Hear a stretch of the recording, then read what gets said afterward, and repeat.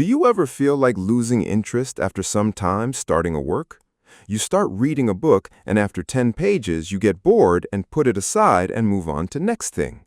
After a few years of this behavior, you start self-blaming. You look back and ask, why am I not able to stick to something? Why I get bored quickly? You're naturally drawn to new experiences and possibilities. Your brain processes differently from others. It cares less about having knowledge and more about the speed of acquiring it. When you start learning something, everything is new about it in the beginning. You go from knowing nothing to know something quickly, and your brain is full of dopamine, and you feel like the world is full of possibilities.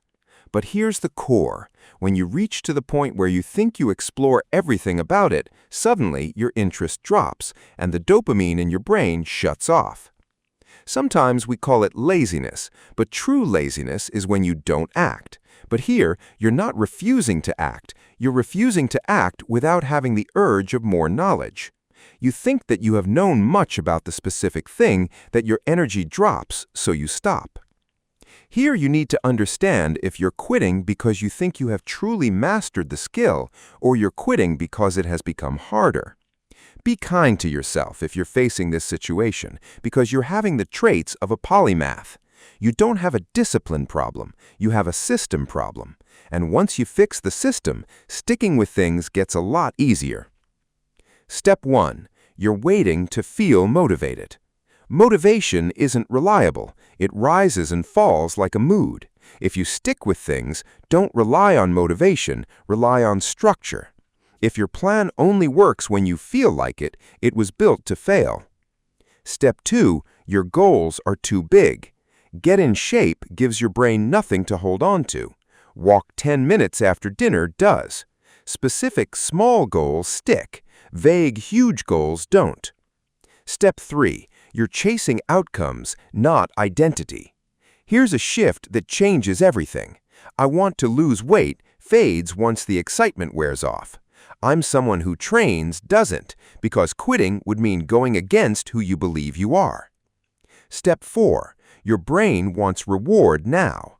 New things spike dopamine. That's why starting always feels exciting. But most real rewards, fitness, savings, mastery, are delayed. Once the novelty fades, so does the drive. This isn't weakness, it's just how the brain works. Step 5. One bad day becomes I failed. Miss one day and suddenly you're starting over Monday. That's a thinking trap. One missed day is just one day, not proof you failed, not a reason to quit. Step 6. Your environment isn't helping you. Willpower is weak and limited. Environment isn't. If the good habit takes effort and the bad habit is easy, you lose that fight every day, no matter how disciplined you are.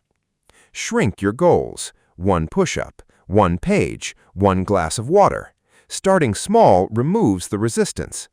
Say, I am a writer who writes daily. Instead, I am trying to write.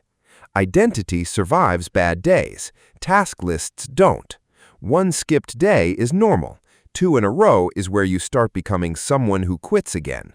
Protect the streak, not perfection. Fix the system, and sticking with things stops feeling impossible. What's one thing you've quit before that you'd actually restart today if you shrunk it down to the smallest possible version?